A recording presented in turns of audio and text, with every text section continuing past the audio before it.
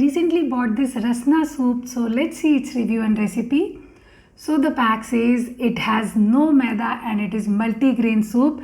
This one is hot and sour veggie loaded soup, and 15 gram pack has MRP of rupees 10, 18 months is the shelf life, and this pack has only 57 calories, less than your cup of tea.